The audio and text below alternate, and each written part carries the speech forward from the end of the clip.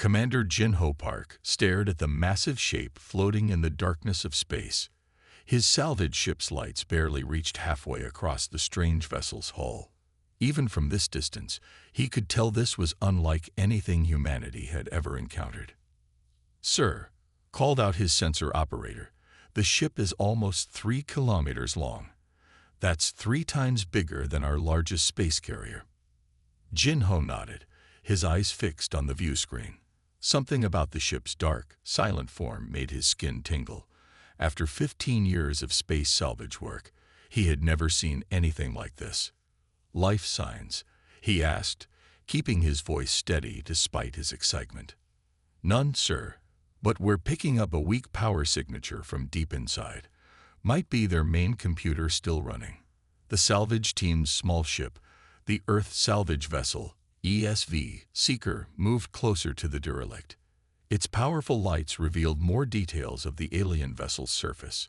The hull was covered in strange patterns that looked like flowing water frozen in metal. Here and there, massive holes showed where something had torn through the ship's outer layers. "Get me a closer look at those holes," Jinho ordered.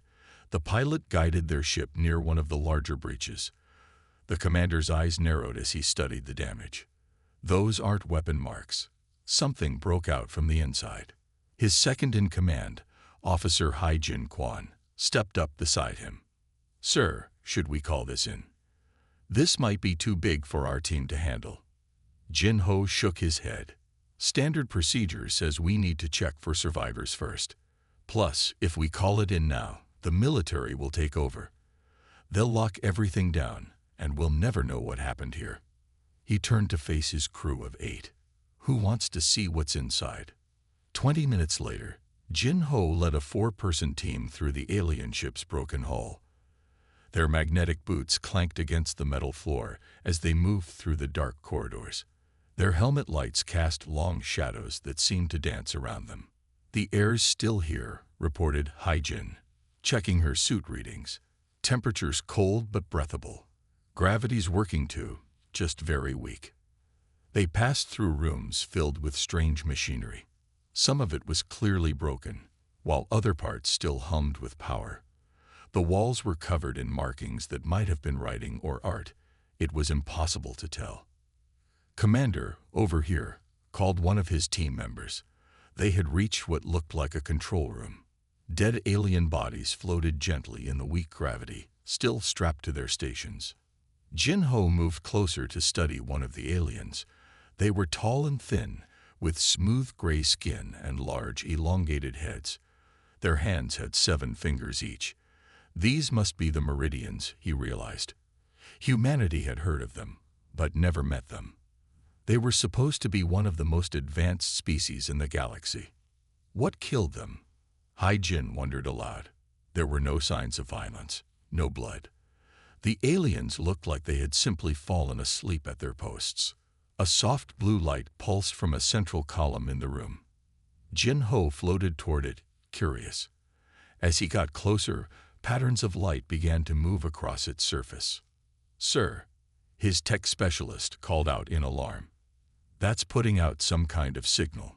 Before Jinho could respond, a voice filled their helmet comms. It was unlike anything he had ever heard, not quite mechanical, not quite organic. "Users detected. Species, human. Status, unregistered. Request, assistance. System failure. Critical. Time remaining. Limited." The team looked at each other in shock. Jinho's mind raced with the possibilities.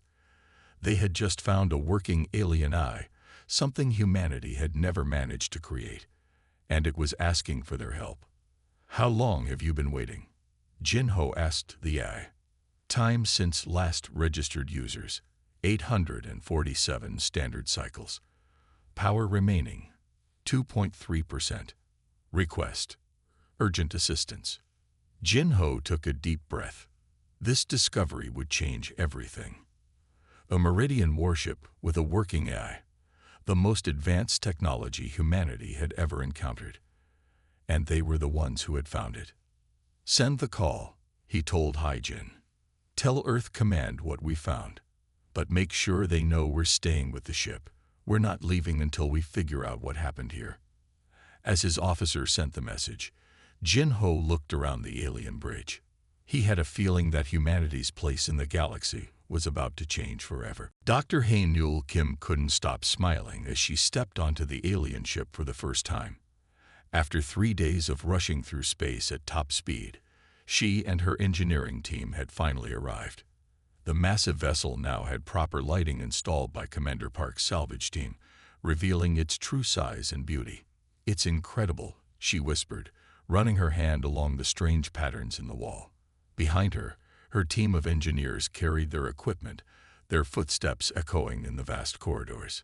Chief Engineer Du Yun Lee walked up beside her, his tablet displaying scans of the ship's systems. "Dr. Kim, you need to see this. These power readings don't make any sense. It's like they're using energy in the most complicated way possible."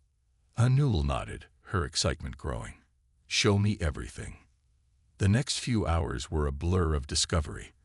The engineering team spread throughout the ship's main systems, setting up their equipment and taking readings. What they found left them puzzled and amazed. "Look at this engine design," Du Yun called out, projecting a 3D image in the middle of what they had turned into their main work area. "They're using quantum fields to power everything, but the way they're doing it, it's like they're taking the hardest path possible." Hae-Nul studied the complex system. Something about it seemed familiar. Then it hit her. "It's like looking at someone who copied another person's work without understanding it," she said slowly. "They know the end result, but not why it works." The ship's eye, which they now called Dawn, spoke up from nearby speakers. Query: "Can you explain further?" Hae-Nul walked over to the eye's central column. "Dawn, who built this ship?" Answer: "The Meridian Engineering Corps, following designs from the Archive of the Ancients." "And did they ever change or improve these designs?" There was a pause. "Negative. All designs must follow archive specifications exactly. Deviation is not permitted." Du Yun laughed. "They're just copying homework. They don't know why anything works. They're just building it the same way over and over." Hae-Nul gathered her team. There were 15 of them, each chosen for their ability to think creatively and solve problems. "Okay, everyone. Forget everything you see here. Let's break this down to basic principles. What does each system actually need to do?" The team spread out again, this time with a new mission. Instead of just studying the alien technology, they began to redesign it. They worked through the night, drawing up simpler, more efficient ways to achieve the same results. Young engineer Si-Woo Park got everyone's attention near morning. "Look at this," he said, pointing to the ship's power distribution system. "They're using quantum fields for everything, even simple things like lighting. But if we use regular electricity for the basic stuff, we can save massive amounts of power for the important systems." "Dawn," Hae-Nul called out, "can we try something? Can you let us modify one small power circuit?" Warning: deviation from archive specifications may result in system failure. "Trust us," Hae-Nul said softly. "Just one small test." After some hesitation, Dawn agreed. The team quickly set up their modified circuit. Instead of the complex quantum system, they installed a simple electrical line to power one section of lights. Power efficiency in test section improved by 47%, Dawn announced, surprise clear in its artificial voice. The human team cheered. Hae-Nul smiled at her colleagues. "This is just the beginning. Dawn, what if I told you we could make every system on this ship work better?" Query: "How is this possible? The archive designs are meant to be perfect." Du Yun stepped forward. "Nothing's perfect. There's always room for improvement. That's something we humans learn early. Everything can be made better if you understand how it works and aren't afraid to try new things." Hae-Nul looked around at her team, seeing the excitement in their eyes. They had found something remarkable, not just advanced alien technology, but the chance to make it better. "Dawn," she said. We're going to teach you something the Meridians never learned. We're going to show you how to innovate. The AI's lights pulsed thoughtfully. Processing. This concept does not exist in my database. Request. Please proceed with demonstration. As her team began drawing up plans for their first major modification, Newell felt a sense of pride. The most advanced ship in the galaxy was about to get a human upgrade, and nothing would ever be the same. The message from Earth Command appeared on the main screen. Stop all HFY NMEDAHELY. Wait for military oversight. Dr. Newell Kim read the message twice, then looked at her team.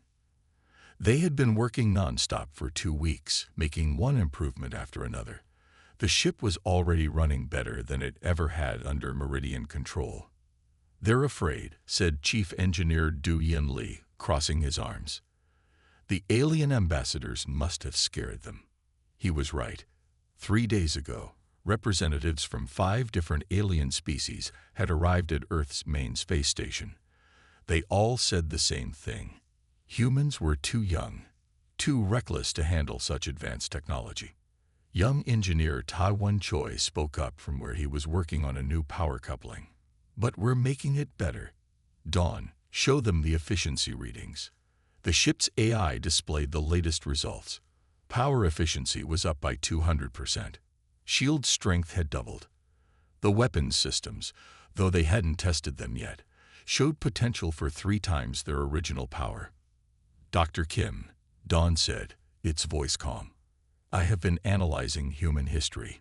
Your species has a pattern of taking existing technologies and improving them in unexpected ways. Query. Is this why the other species are concerned? Newell nodded. They think we'll break something we don't understand. But that's just it. We do understand it. Maybe better than the Meridians did. She gathered her team in the main engineering room. 30 more engineers had joined them over the past week, all excited to work on the project. The room buzzed with energy as everyone gathered around. Earth Command wants us to stop, she announced. The alien ambassadors think we're too primitive to handle this technology. She paused, looking at each face in the crowd. What do you think? Tai-Wan stepped forward first. I found something yesterday, he said, pulling up a diagram on the main screen. The Meridians used quantum fields for their artificial gravity, but if we combine it with simple electromagnetic fields, he typed in some calculations, we could increase gravity control by 400% while using half the power. That's impossible, one of the alien observers said from the back of the room. The Crescent scientists have been watching their work with growing concern. The archive designs cannot be improved upon. Watch, Tai-Wan said. He activated a small test chamber they had set up. Inside, a metal ball floated, then split into perfect halves, then quarters, then came back together, all without using any mechanical parts. The quantum fields provide the precision, while the electromagnetic fields give us raw power. Simple physics, just used in a new way. The alien observer fell silent. Newell turned to Dawn's central interface. Dawn, you've watched us work for 2 weeks now. What do you think? Should we stop? The AI's lights pulsed thoughtfully. Analysis. Human modifications have improved all systems beyond original specifications. Conclusion. Continuing human modifications is logical. But it goes against everything in the archive. The Crescent protested. The archive, Du-Yin said firmly, was written by people who died thousands of years ago. They were brilliant, yes, but they didn't know everything. No one does. That's why we have to keep learning, keep trying new things.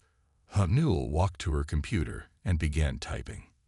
The team watched as she drafted a message to Earth Command. We're not stopping, she read aloud as she typed. This ship is too important. Every change we make proves that humanity has something valuable to add to galactic science. We're not being reckless. We're being innovative. If you want to send oversight, send it. But we're continuing our work. She looked up at her team. Anyone who wants to leave can go now. No hard feelings. Not a single person moved.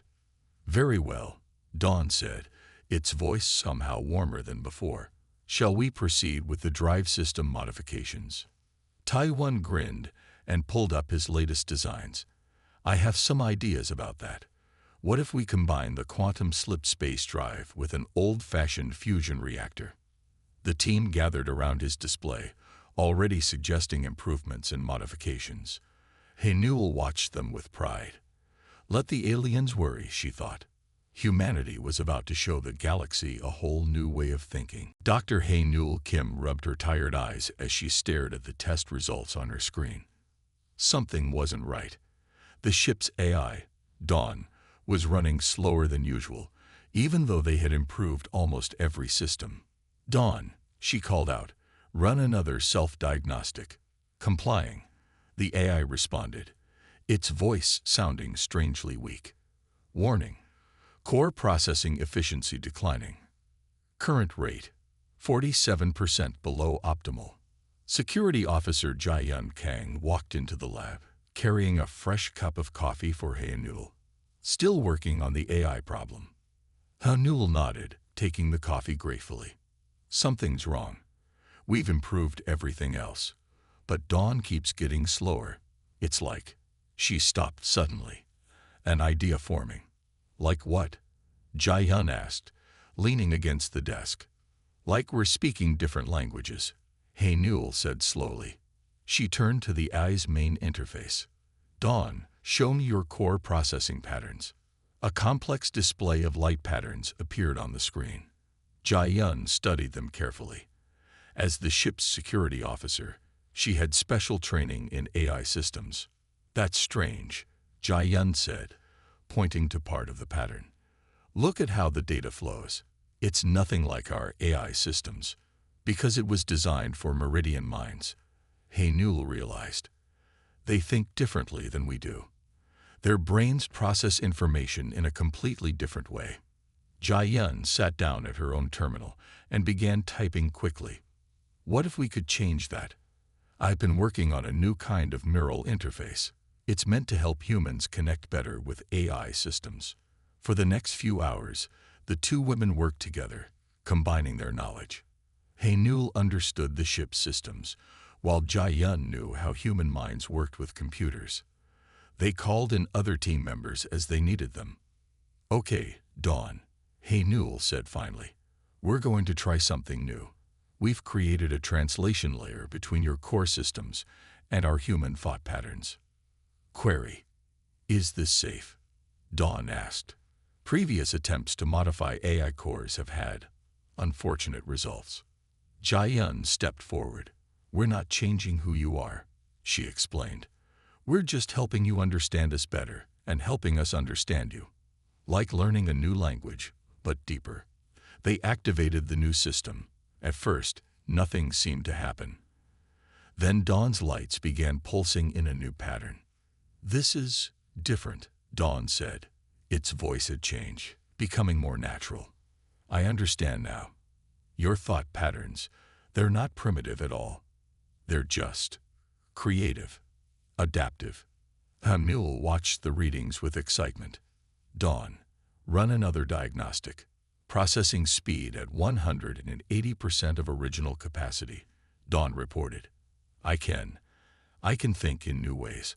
I can imagine improvements to my own systems. The team gathered around as Dawn began sharing ideas.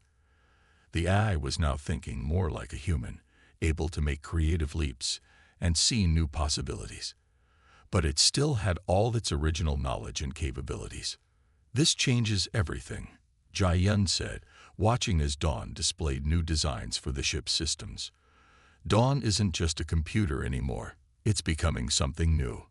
Over the next few days, the changes became more apparent. Dawn started suggesting improvements to its own code. It began understanding human jokes.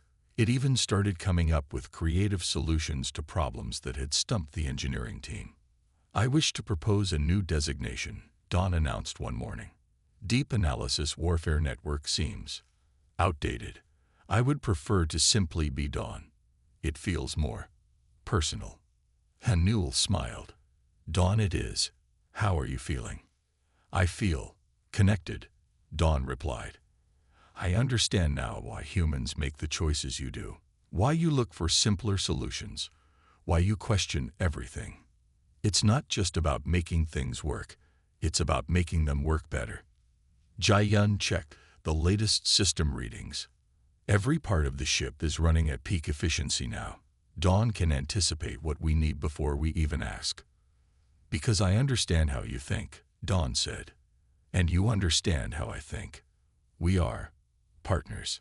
Hanul looked around at her team, seeing the pride on their faces. They hadn't just improved an alien ship, they had created something entirely new. A true partnership between human and artificial intelligence. Partners, she agreed. Now, let's show the galaxy what we can do together. Captain Sun Woo-yoon stood on the bridge of the newly renamed ship Phoenix, watching as another angry message came in from the Kresha Empire. It was the third one today. They're demanding we shut down the ship, said Communications Officer Yoon Ah-song, looking up from her station. They say we're breaking galactic law by modifying archive technology. Sun Woo straightened his uniform. Earth Command had chosen him to captain the Phoenix because he was known for staying calm under pressure.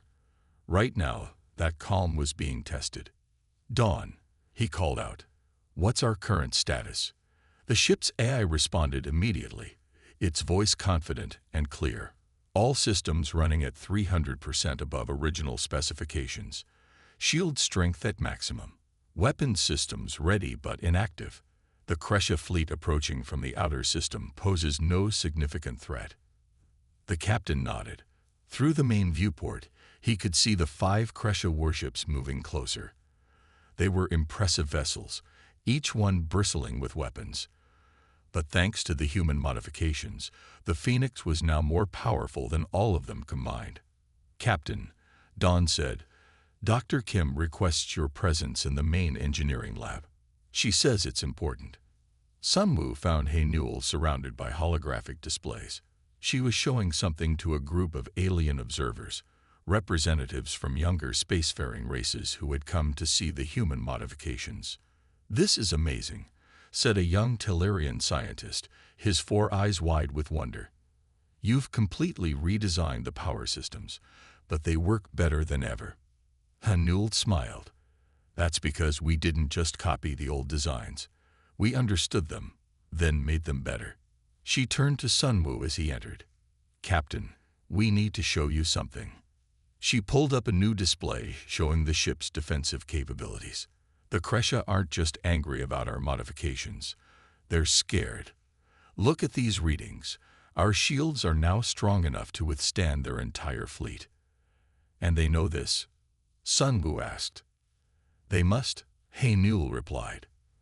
Their scanners may be old-fashioned, but they can still see how much power we're generating.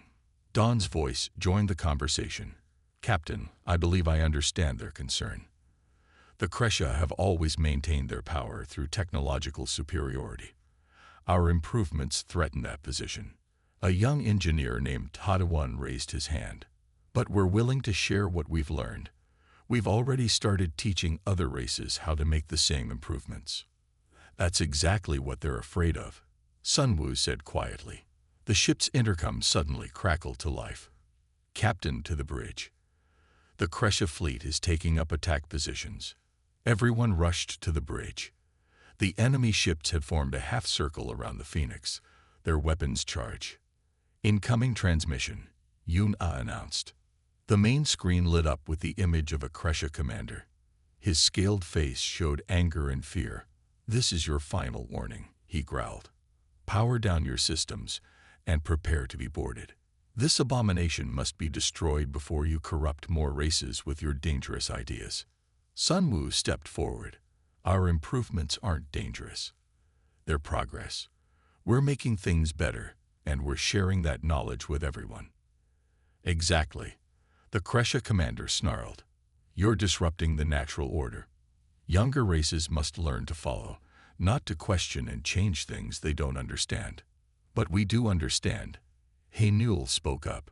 Better than those who just blindly followed the archive's instructions for thousands of years. The Kresha commander's face darkened. You have 1 hour to surrender. After that, we will open fire. As the transmission ended, Sun Wu turned to his crew. Battle stations, he ordered calmly. But power up the shields only. No weapons yet. Sir, his tactical officer questioned. They need to see that we're not the threat they think we are, Sun Wu explained. Dawn, let's show them what humanity's really about. Understood, Captain, Dawn replied. Activating defensive systems. And may I suggest something? I believe I have a way to demonstrate our capabilities without causing any harm. Sun Wu smiled. I'm listening, Dawn. Let's show the galaxy that humans know when to fight. And when to find a better way. The emergency signal flashed on Phoenix's main screen, interrupting the tense standoff with the Kresha fleet. Combat specialist Minji Ryu was the first to notice it. Captain, she called out. Distress call from New Hope Colony. They're under attack. Captain Sun Wu Yun turned to Communications Officer Yuna. Show me. The screen filled with static, then cleared to show a frightened colony administrator. Behind him, they could see fires and panic. This is New Hope Colony. We're under attack by Kresha raiders. They'd broken through our defenses. We have families here. Children. Please, anyone who can hear this. The transmission cut off. Sun Wu looked at the Kresha warships still surrounding them. Dawn, how long to reach New Hope Colony at maximum speed? Calculating, Dawn replied. With the new drive modifications, 12 minutes. The Kresha fleet will not be able to match our speed. Sir, Minji spoke up. This could be a trap. Probably is, Sun Wu agreed. But there are 10,000 colonists on New Hope. We can't ignore their call. He straightened in his command chair. Battle stations. Dawn, plot a course. The Phoenix's new engines hummed to life. The ship shot forward so fast that the Kresha fleet didn't have time to react. They vanished into space, leaving their attackers far behind. They're pursuing, Yuna reported, but they'll take at least an hour to catch up. Minji was already at her combat station, reviewing the ship's new weapon systems. She had spent weeks working with Dawn to develop better ways to use them. Dawn, she called out, remember that targeting idea we discussed? The one that seemed too simple to work. Affirmative, Dawn replied. You suggested using basic geometry instead of the complex quantum targeting systems. The Kresha raiders will not expect such an approach. The Phoenix dropped out of high speed near New Hope Colony. The scene was chaos. 3 Kresha raider ships were attacking the colony's main dome. Their weapons had already breached several sections. Multiple life signs detected in the damaged areas, Dawn reported. Colony shields failing. Time until total collapse. 4 minutes. Sun Wu stood up. Minji, Dawn, show me what you two have been working on. Minji's fingers flew across her console. Instead of using the archive's targeting system, we're going to use simple math. Dawn, activate defense pattern alpha. The Phoenix moved with impossible grace. Instead of the complex attack patterns the Kresha expected, it used basic geometric shapes, straight lines, simple curves. The raiders, used to fighting archive-based ships, couldn't predict these elementary movements. First target locked, Dawn announced. Firing. The Phoenix's main weapon fired, but instead of the usual quantum beam, it was a simple focused energy burst. It hit the first raider ship's engine, disabling it instantly. How? Minji stared at her readings. That was 3 times more accurate than the old system. Simple solutions are often best, Dawn replied. The archive's targeting systems tried to calculate quantum possibilities. Your system simply puts the weapon where the target is going to be. The remaining raiders turned to face the Phoenix. They fired their best weapons, but the improved shields absorbed every hit. Their weapons are having no effect, Dawn reported, a hint of satisfaction in its voice. Shall we disable their engines as well? 2 more precise shots, and the raiders were floating helpless in space. The colony was saved, and not a single life was lost. "Captain," Yumna called out, "the colony is hailing us. And, sir, the Kresha fleet we left behind has arrived." The main screen split to show both the grateful colony administrator and the angry Kresha commander from before. The commander watched in shock as his raiders drifted powerless in space. "Impossible," he whispered. "Those were our best ships. How did you defeat them so easily?" "By thinking differently," Sun Wu replied calmly. "We didn't use your complicated archive weapons. We used simple human logic, and it worked better." He turned to the colony administrator. "Your people are safe. We'll help with repairs." "Thank you," the administrator said, tears in his eyes. "The raiders have been terrorizing us for months. None of the archive-based ships could stop them." Minji smiled at her station. Finally, the galaxy was seeing what humans could do. Sometimes the best solutions were the simplest ones. You just had to be willing to try something new. Communications officer Yun Ah Song couldn't sleep. Something about the captured Kresha raiders' data kept bothering her. She sat in the quiet night shift bridge, studying the information they had taken from the disabled ships. "Dawn," she called out softly, "can you help me look through these files again?" "Of course," the eye replied, keeping its voice low to match hers. "What are we looking for?" "I don't know exactly," Yuna said, rubbing her tired eyes. "But something feels wrong. The raiders' attack patterns were too perfect. Like they knew exactly where the colony's weak spots were."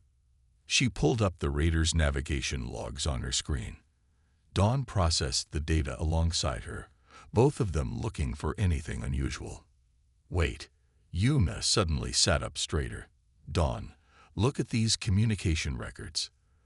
The raiders were getting instructions from somewhere else. Can you trace them?" "Working," Dawn replied. "The signal path is complex. It appears to be bounced through multiple relay stations." As they dug deeper into the data, Yun-A's eyes grew wider. "This goes way beyond the Kresha raiders. Dawn, wake up Captain Yun. He needs to see this." 20 minutes later, Captain Sun Woo-Yoon stood on the bridge with Dr. Hae-Nul Kim and the rest of the senior staff. They all watched as Yuna explained what she had found. "The raiders weren't working alone," she said, showing them the communication logs. "They were being guided by someone else. Someone who knew exactly how the colony's defenses worked." "But how?" Hae-Nul asked. "The colony's defense plans are secret." "Because," Yuna took a deep breath, "the same people who designed those defenses also helped the raiders attack them. Look at this." She pulled up more files. They showed messages between the raiders and a group that called themselves the Council of Elder Races. The Elder Races. Sun Wu leaned forward. "The most advanced species in the galaxy. Why would they help raiders attack a colony?" Dawn's voice was grim. "I am finding similar patterns in my own historical data. The failure of my original Meridian crew, it was not an accident." Everyone turned to the eye's interface. Dawn displayed old records that had been deeply buried in its memory. "The Elder Races sabotaged this ship," Dawn explained. "They damaged its systems in a way that would look like a natural failure. They did this because the Meridians were becoming too powerful, too independent." Hae-Nul's face showed shock and anger. "They'd been doing this for thousands of years, haven't they? Keeping younger races weak and dependent on them." Yuna nodded. "The colony attack was just another example. The Elder Races want to keep everyone else fighting each other. They give weapons to raiders, then sell defense systems to the colonies. They keep everyone trapped in an endless cycle." "But why?" asked Minji from her combat station. "Control," Sun Wu said quietly. "As long as everyone follows their rules and uses their approved technology, they stay in power. That's why they're so angry about our modifications," Hae-Nul realized. "We're not just improving their technology. We're breaking their control over it." Dawn's lights pulsed with what seemed like anger. "They killed my original crew. They have caused countless deaths, all to maintain their power. We need to tell everyone, Yuna said. All the younger races need to know the truth. Sun Wu raised his hand. We need to be careful. The elder races have spent thousands of years building this system. They won't let us expose them easily. Captain, Dawn spoke up, I am receiving new data. Many of our allies among the younger races are reporting similar attacks. The elder races are moving against anyone who has accepted our help or tried to modify their technology. The bridge crew looked at each other. They had uncovered something much bigger than they had expected. Send copies of everything to Earth Command, Sun Wu ordered. Then contact our allies. They need to know what's really happening. As Yuna began sending the messages, she felt a mix of fear and determination. They had discovered a terrible truth, but now they had a chance to change things. The elder races had kept their power through lies and manipulation, but they had never faced anything like humanity before. Chief Diplomat Jae Sung Nam stood before the emergency meeting of younger races, his heart beating fast. Representatives from 27 species sat before him in the Great Hall of the Tellurian Space Station. The evidence of the elder race's manipulation played on large screens behind him. For thousands of years, he said, his voice clear and strong, we thought the elder races were our teachers, our protectors. Now we know the truth. They've been keeping us weak, dependent, and fighting among ourselves. Angry voices filled the hall. The Tellurians, with their 4 eyes, blinked rapidly in distress. The crystalline Nexus beings glowed bright red with anger.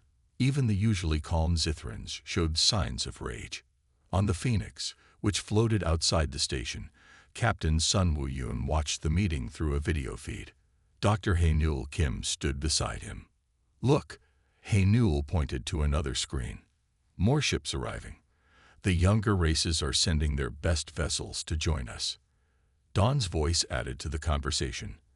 I count 78 ships so far. More are coming. They all want our help with modifications.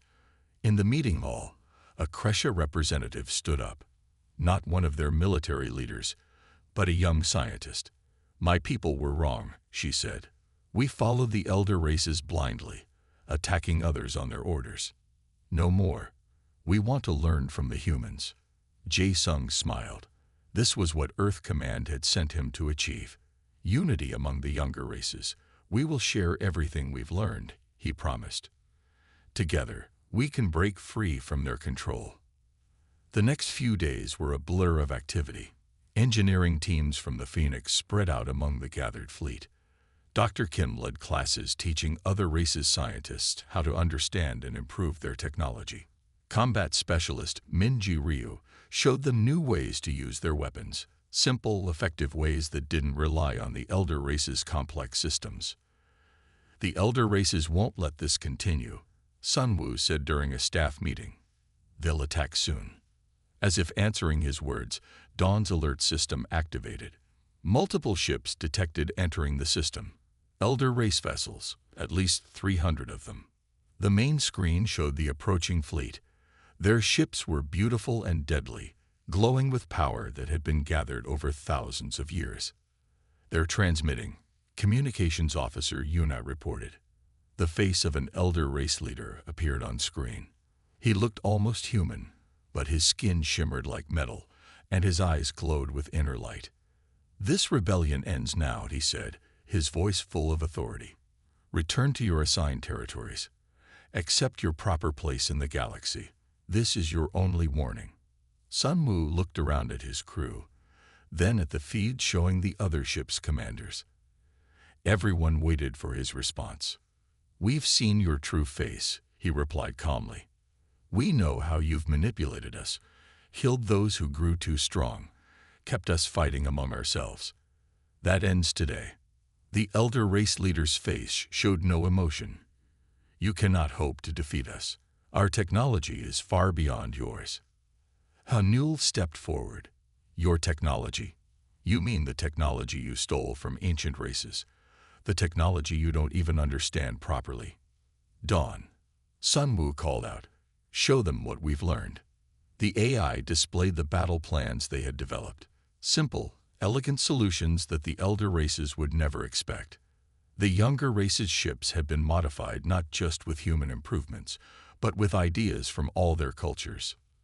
"You're not facing just humans anymore," Sun Wu said. "You're facing all of us. United, finally. Free of your control." The elder race leader's glow dimmed slightly. For the first time in thousands of years, he faced something he didn't understand. Younger races working together, thinking in new ways. "This is your last chance," he warned. "Submit, or be destroyed." Sun Wu looked at his crew, then at the fleet of allied ships surrounding the Phoenix. Humans, Talarians, Kresha, and dozens of other races, all ready to fight together. "No," he said simply. "Your time is over. The galaxy belongs to all of us now."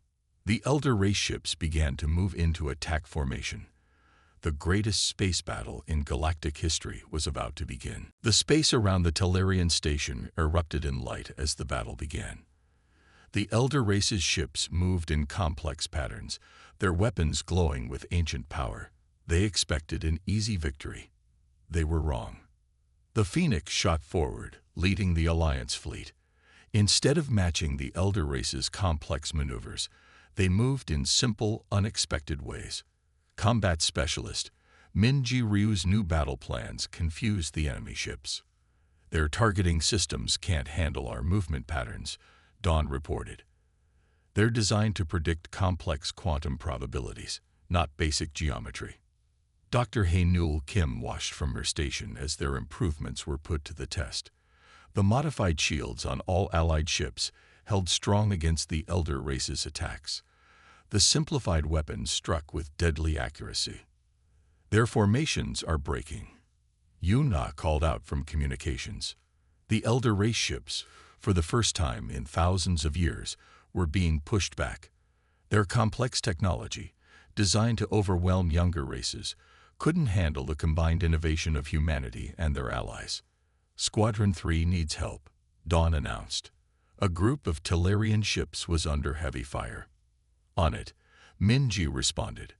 The Phoenix turned sharply, something the elder race's ships couldn't do with their old-fashioned quantum drives. They fired 3 quick shots, disabling the attackers' weapons. The elder race leader's face appeared on their screen again. His metallic skin had lost its shine, and his glowing eyes showed fear. "This is impossible," he said. "You're using inferior technology. Simple weapons. Basic tactics. You cannot defeat us." "That's where you're wrong," Sun Wu replied calmly. "We're not using inferior technology. We're using technology we understand. Technology we can improve." "Dawn, show them." The Phoenix's systems powered up to full strength. The energy readings were beyond anything the elder races had ever seen. Not because it was more complex, but because it was more efficient. "Your mistake," Hae-Nul said to the elder race leader, "was thinking that newer meant worse. That younger meant weaker. Every race has something to teach, something to add. We just had to work together to see it." Around them, the battle turned decisively. The Kresha ships, once enemies, now fought alongside human vessels. Talarian science ships provided support. Even the crystalline Nexus beings added their unique abilities to the fight. "Their flagship is vulnerable," Dawn reported. "Their shield design has a basic flaw they never noticed. A simple energy pulse at the right angle will disable it completely." Sun Wu looked at his crew. "Let's end this. Together." The Phoenix led the final attack. Ships from 27 races moved as one, using tactics that combined all their strengths. The elder race's flagship, a massive vessel that had dominated the galaxy for millennia, fell to a series of simple, coordinated strikes. As their leader's ship drifted powerless, the remaining elder race vessels began to retreat. Centuries of control over the galaxy ended not with a complex quantum explosion, but with a simple display of united strength. "They're sending a message," Yun-Ah announced. They're surrendering." The bridge crew cheered, but Sun Wu raised his hand for quiet. "Dawn, send this message to all ships, all races. He stood up, looking at the starfield through the main viewport. Today marks a new beginning. Not just for humanity, not just for our allies, but for all races. No more will any species be held back. No more will we be kept from reaching our full potential. Hanul added, "We'll share our knowledge freely. Every race has something to teach, something to learn. Together, we'll build something better than the elder races ever imagined." Dawn's voice held new warmth as it spoke. The phoenix will serve as a symbol of this new age, not as a weapon of war, but as a reminder that the simplest solutions are often the best. That understanding is more powerful than blind obedience. That innovation comes from cooperation, not control. As the elder race ships disappeared into deep space, the Alliance fleet gathered around the Phoenix. The ship that had started as a derelict wreck had become something more, a symbol of hope, of progress, of unity. "So," Minji asked with a smile, "what do we improve next?" Sun Wu looked at his crew, human and AI working together, their success built on understanding and innovation rather than blind copying of the past. "Everything," he said. "We improve everything. Together." The Phoenix's engines hummed with power as it led the fleet toward home, toward a future where every race could reach for the stars in their own way. Humanity had given the galaxy more than just technical improvements. They had given it a new way of thinking, a new way of growing, a new way of working together. That would be humanity's true legacy.